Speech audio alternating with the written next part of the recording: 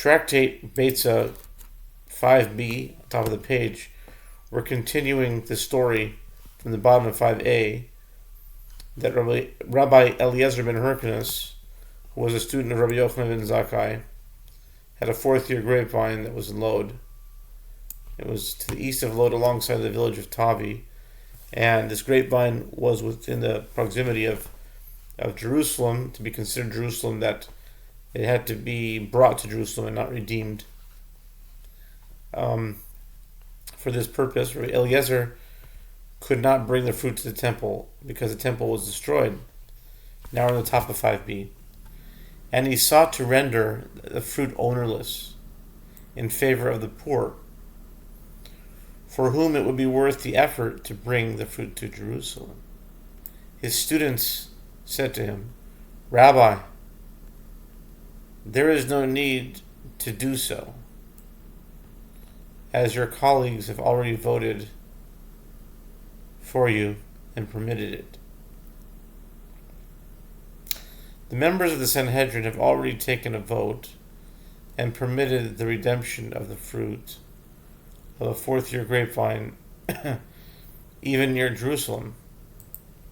The reason is that after the destruction of the temple, there is no need to adorn the markets of Jerusalem." The Gemara explains, "Who are your colleagues?" This is referring to Rabbi Yochanan ben Zakkai. The Gemara infers from the Beitzah the reason is that they explicitly voted to annul the decree, which indicates that if they had not been voted, the ordinance would not have lapsed on its own, despite the fact that its justification was no longer applicable. Similarly, the prohibition of a laid egg is not nullified, as it was never explicitly permitted. The Gemara seeks to clarify why Rav Yosef cited two verses as proof. The Gemara asks, what is the reason for "and it says"? Why does Rav Yosef find it necessary to quote a second verse? The Gemara explains that this is what he is saying. Now it is written, "Be ready for the third day. Do not come near a woman." Exodus 19:15. Why do I need the verse, "Go say to them, return to your tents"? Deuteronomy 5:26. After 3 days, the prohibition would lapse in any case. Conclude from this that any matter established by a vote requires another vote to permit it. And if you say an alternative explanation, that the instruction to return to your tents was not given to permit the men to return home to their wives, but rather it came as a special command to fulfill the mitzvah of conjugal rights, the obligation of a man to engage in periodic marital relations with his wife, then it was to refute this possibility that Rav Yosef continued. Come and hear a different proof from another verse. When the ram's horn sounds long, they may come up to the mount.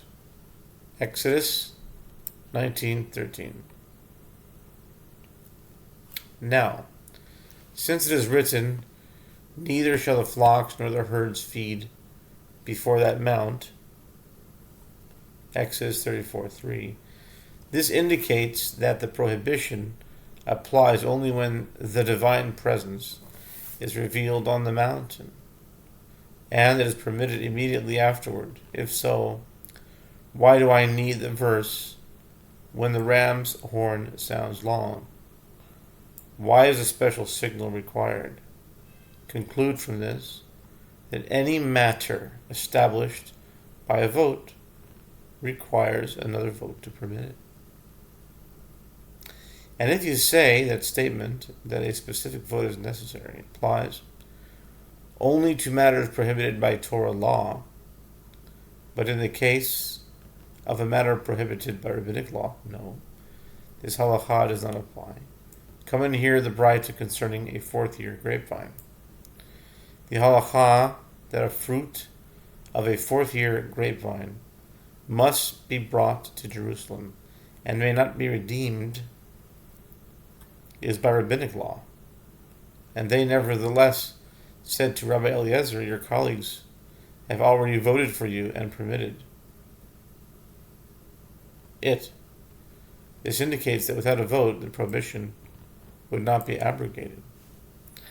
And if you say, in the case of the prohibition of an egg also, Rabbi Yochanan ben Zakkai took a vote on it and permitted it, the Gemara answers, when they took a vote, it was with regard to testimony to determine the start of the month. They did not take a vote to annul the prohibition of an egg.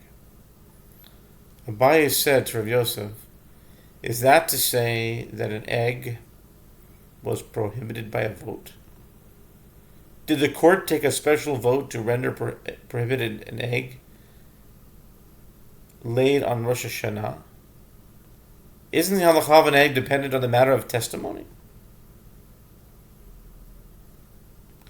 When testimony in the late afternoon was prohibited, the eating of an egg laid on Rosh Hashanah was thereby prohibited as well.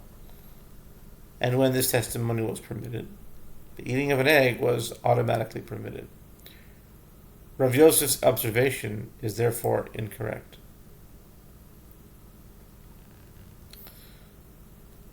Rav Ada and Rav Shalman, who both came from Beit Kelohit,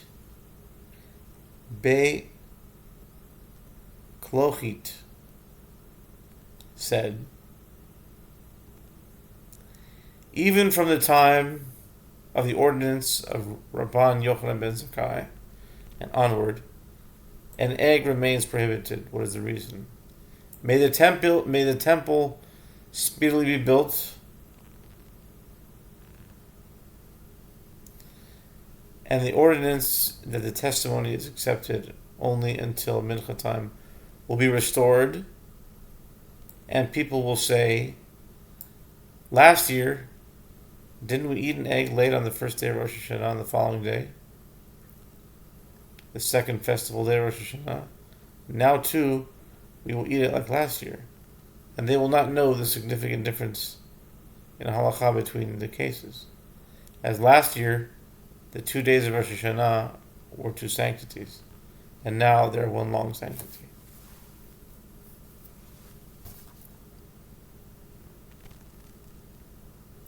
The Gemara challenges this. If so, that this is the concern, we also should not accept testimony nowadays. What is the reason? May the temple speedily be built, and the people will say, last year, didn't we accept testimony to determine the start of the month all day? Now too, we will accept the testimony of witnesses even after mincha time. The Gemara rejects this challenge. How can these cases be compared? There, with regard to witnesses, testimony is entrusted to the court, and the court is capable of distinguishing between the reasons for decrees. An egg, however, is entrusted to all.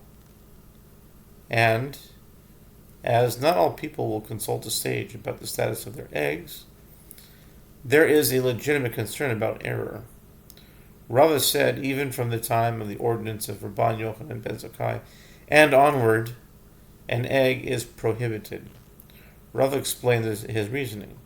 Doesn't Rabban Yochanan ben Zakkai concede that if witnesses came from mincha time and onward, even after the destruction of the temple, then one observes that day as holy, as a holy day, and also the following day as a holy day?